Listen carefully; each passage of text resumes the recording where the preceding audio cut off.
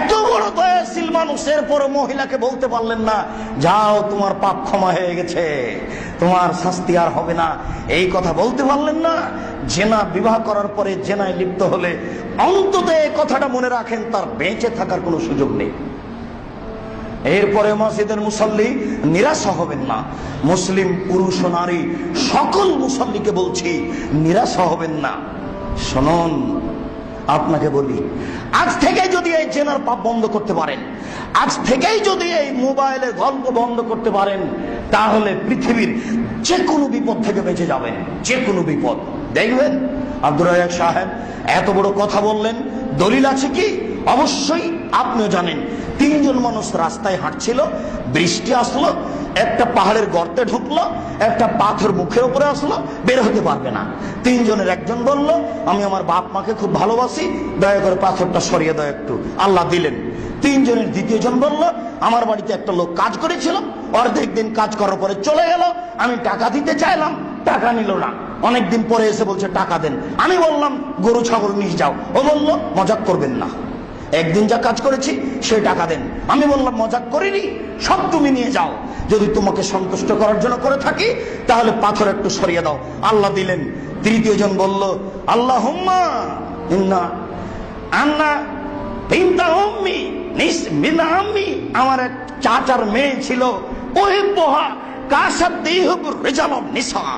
মানুষ যে মহিলাকে ভালোবাসে, আমি তার চেয়ে শতগুণ বেশি আমার চাচাতো বোনকে ভালোবাসতাম। আমি তার সাথে জেনা করতে চাইলাম। সে বলল, আমি যদি তার সামনে 100 দেনার পেশ করতে পারি তাহলে সে জেনা রাজি হয়ে যাবে। আমার চাচাতো বোন ভেবেছিল আমি 100 দেনার সংগ্রহ করতে পারবো না, আমি গরিব মানুষ। আমি হাড় ভাঙ্গা পরিশ্রম করে 100 দেনার সংগ্রহ করে নিয়ে চলে আসলাম কাছে। আমি তার দুই পায়ের মাঝে বসেছি, আমি জেনা করব। তখন আমাকে বলছে, আব্দুল্লাহ, এ আল্লাহর বান্দা, ইত্তাকিল্লাহ, আল্লাহকে ভয় কর। ভাষাটা ব্যবহার করতে পারবেন? ইত্তাকিল্লাহ। আপনার জেনার গল্প হয় কেন? আপনার আল্লাহর ভয় নেই আপনার ভিতরে। আপনি আল্লাহর জাহান্নামের 5 পয়সা দাম দেন না, আপনি আল্লাহর জান্নাতের 5 পয়সা আশা করেন না। মহিলা বলছে, বান্দা ইত্তাকিল্লাহ, তুই আল্লাহকে ভয় কর, ওলা তাহতামিল খাতামা, আমাকে অসতী করিস না, আমি একজন সতী নারী। আমি ওখান থেকে উঠে গেছি। আল্লাহুম্মা ইন কুনতা তাআলাম, তুমি যদি মনে করো ইন্নী ফালতু যালিকা লিবতিকা ওয়াজহাকা, আমি তোমাকে সন্তুষ্ট করার জন্য আমি জেনা করিনি, আমি উঠে গেছি, তাহলে আজকে তুমি গর্তের মুখ থেকে পাথর সরিয়ে দাও। আল্লাহ বলেন, আচ্ছা ঠিক আছে, সরিয়ে দিলাম। বুখারী মুসলিম। কি বলছো যুবক? আজকে তুমি যদি এই জেনার কাজ বন্ধ করতে পারো, তুমি পৃথিবীর যে কোনো সমস্যা থেকে বেঁচে যাওয়া। তবে বন্ধ করতে হবে এরকম পাথরের মতো হয়ে, ইবলিস যেন তোমাকে নড়াতে না পারে। সম্মানিত মসজিদের মুসল্লি, আপনি যদি এই কাজ বন্ধ করতে পারেন তাহলে বিচারের মাঠে আপনি বিশেষ ছায়াতলে থাকবেন। আল্লাহ রাসূল বলছেন, বুখারী মুসলিম, 7 শ্রেণীর মানুষ বিচারের মাঠে বিশেষ ছায়াতলে থাকবে। 7 শ্রেণীর মানুষ বিচারের মাঠে বিশেষ ছায়াতলে থাকবে। তার 1 শ্রেণীর মানুষ রাজুলুন দাত ইমরাতুন জাত হাসাবিন ওয়া জামালিন, সম্ভ্রান্ত পরিবারের সুন্দরী নারী, সম্ভ্রান্ত পরিবারের সুন্দরী নারী তাকে জেনার দাওয়াত দিল। বলল, যুবক আসো, আমি জেনায় লিপ্ত হব।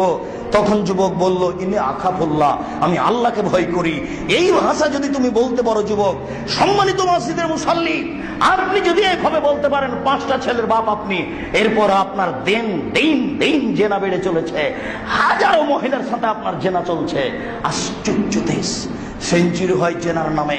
এটা নাকি প্রতিষ্ঠান, হাজারো নারীর সাথে আপনার জেনা চলছে। মনে রাখুন, আপনি যদি মোবাইলে বলতে পারেন, তার মুখের সামনে বলতে পারেন, এমনি আখাফুল্লাহ, আমি আল্লাহকে ভয় করি, বিশ্বাস করুন, পাপ যত বড় হোক না কেন, আপনি বিচারের মাঠে বিশেষ ছায়াতলে থাকবেন।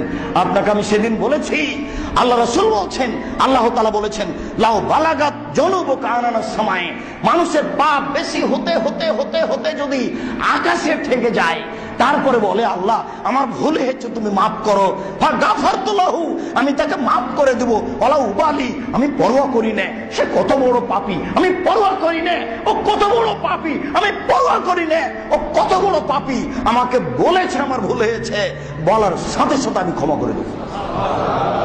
সম্মানিত মসজিদের মুসল্লি, নিরাশার কিছু নেই, আপনি একটু বলতে শিখুন।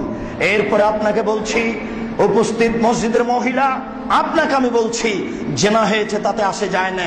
আপনি মনে রাখুন, চারটে জিনিস করতে পারলে জান্নাতের যে কোনো দরজাতে ঢুকতে পাবেন। চারটে জিনিস করতে পারলে জান্নাতের যে কোনো দরজাতে ঢুকতে পারবেন। চারটে জিনিস করতে পারলে জান্নাতের যে কোনো দরজাতে ঢুকতে পারবেন। 1, 5 ওয়াক্ত সালাত আদায় করতে হবে। 2, রমজানের রোজা থাকতে হবে। 3, স্বামীকে মেনে চলতে হবে। 4, জেনা বন্ধ করতে হবে। এই 4টা কাজ করতে পারলে জান্নাতের যে কোনো দরজা খোলা। সম্মানিত মসজিদের মুসল্লি, আল্লাহ তাআলা আপনার সাথে ওয়াদা করেছেন, অশ্লীল কাজ ঘটে গেছে চিন্তা করবেন না, আল্লাহ তাআলা আপনার সাথে ওয়াদা করেছেন, পুরুষ নারী আদম সন্তান যদি তার অশ্লীল কাজকে বন্ধ করতে পারে, আমি আল্লাহ তার সাথে ওয়াদাবদ্ধ, আমি তাকে জান্নাতুল মাওয়া দেবই।